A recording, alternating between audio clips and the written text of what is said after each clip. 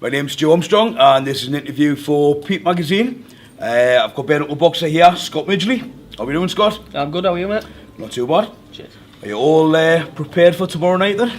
Yeah, as prepared as I can be, mate. Yeah. It's been a good training camp. I've had a bit of a longer training camp for this one, so feeling fit and strong for this. Have you trained any differently to how you normally train? Or? Yeah, I've not trained as much on my lower legs because obviously I couldn't because of my ankle.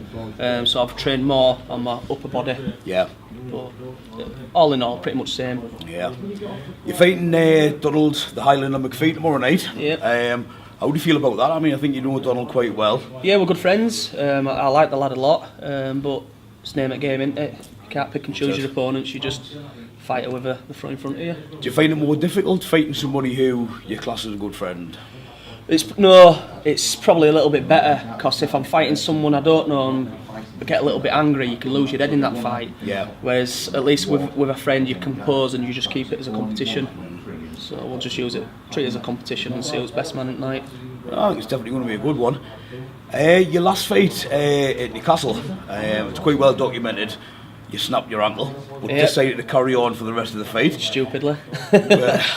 How has that affected your training? A lot. It's affected me a lot because, like I say, I were off my feet for 6 weeks on crutches after that fight, and even now I've not strengthened my legs as much, so I don't really feel as strong on my legs as what I usually am. So I've trained in different areas, and obviously I'm going to go in with a total different game plan because of that now. Yeah, I mean, I know last time I seen you at show in Bradford, like it was November, you were training pretty well with your arm at that point, so has that sort of training stopped? Or? Yeah, it has.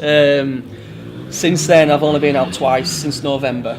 I've totally, as much as I can, I've knocked the drinking on head. I won't lie, it's a bit of a problem of mine. I've got a bit of a weakness. So the bars and nightclubs in Bradford going bust now, is it? Yeah, they've been phoning me up seeing if I'm dead or not. But yeah, I've knocked out on head. I've taken this as serious as I can because that was actually my first loss in my entire life ever. And it's not that it was a big shock, but it affected me. You go two ways. You're either determined for that never to happen again, or you take it to heart. I didn't take it to heart too much because of the way it happened. So I'm just making sure it doesn't happen again. It was a cracking fight. It was some real sort of slugging match.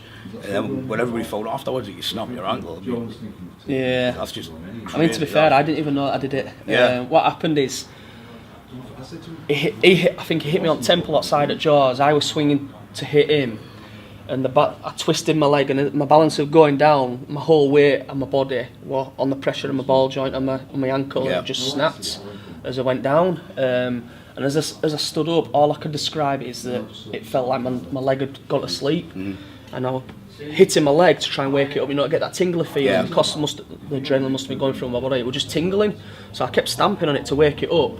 And every time I was going towards him, the whole plan was I was going to work his body, and I couldn't put pressure on my right leg to go down to his body, so I couldn't do that. And every time I was going stumbling forward, I'd stumble forward and I couldn't put pressure on my leg to stand myself back up. Everything just went out of the window. All I could do was take 10 of his punches to try and land one of mine. That's all I could do. And after the first round, I went to my corner man Brendan. He asked how my eye was. And I said, I don't know. I said, my eye's fine. I said, my leg though, it's screwed up on it. I ain't got a clue what's happened. And it wasn't until we took the boot off, we were seeing how disfigured it was and how out of shape it was. Some go and carried on with a snap ankle, I've got to say. But again, I didn't know that I did it, so... I suppose you don't feel somewhere with the adrenaline pumping. It's a fight, me personally, the longer that fight carried on, the more chance I was going to get to hit him and knocking him out, even though we're going to take more of a beating up until that point. But the longer the fight I thought we're going to go, the closer we're going to get to hitting him, because it only takes one punch from me to connect. Whereas him, I could have took his all day long. But he was a great fight, though. There's no doubt about it. Oh, it was. I mean, that was one of the first shows I ever went to, when it was a cracking fight. That. All right. I've read quite a few things about you. Scott, people are describing you as the new breed of bare knuckle boxer. Yeah, getting that a lot. What would you say? What would you class as being the new breed? I think your old breed. I think what they're on about is your old doorman type, your bouncer type, your thug type, your enforcer type. You know, your typical big, rough, tough, hard man from your estate. Like James McCrory. And then. But now it's more of an athlete. Now they're thinking it's more of an athlete, because obviously being more of an athlete, you can adapt to different things. Whereas we all know James is one tough guy, and it'll literally make you get knackered hitting him more, and then that's when it comes into life. Whereas your new breed, they can adapt a little bit more. They're a little bit agile, a little bit quicker, and they've basically got the full package. I hope that's what they mean anyway. Yeah. I mean, yourself and a lot of the sort of bare knuckle fighters I know, you train more like sort of professional boxers these days, where I don't think that used to happen. No, I don't. Well, Bradford just stays off there, doesn't he? Yeah. that's how he trains. That's it. But that's a man who's just born to fight, you know, simple as that. And I do believe I'm like that myself. I've always been like that. I've always been a fighter, but I'm trying my best to help myself in any way. And if that's fitness, if that's training and conditioning your body, eating properly, staying off booze, and I'll do that as much as I can, to an extent. So, you confident for tomorrow? Yeah, I think I know the answer to that. Anyway. I am confident, but because I like him so much, I'm obviously not going to be braggy or cocky and all like that. But yeah, I'm confident. Do you think the fight will go the full distance? Or no, not at all. How do you think it'll end? I think it's going to be a stoppage. Yeah. In your favour? Yeah, I think end of first round, definitely not past mid-second round. It's not going to for 100%. Yeah, I think it's going to be a pretty decent fight there. Sorry. Well done, man. That'll be one of Scott's fans. Quite a lot of people sort of underestimate Scott, I think. When he goes in the ring, you don't look like a stereotypical sort of fighter. And I've heard a few people say, oh, what's that pretty boy doing getting in the ring? And I know that you love your haircut and all of that kind of thing.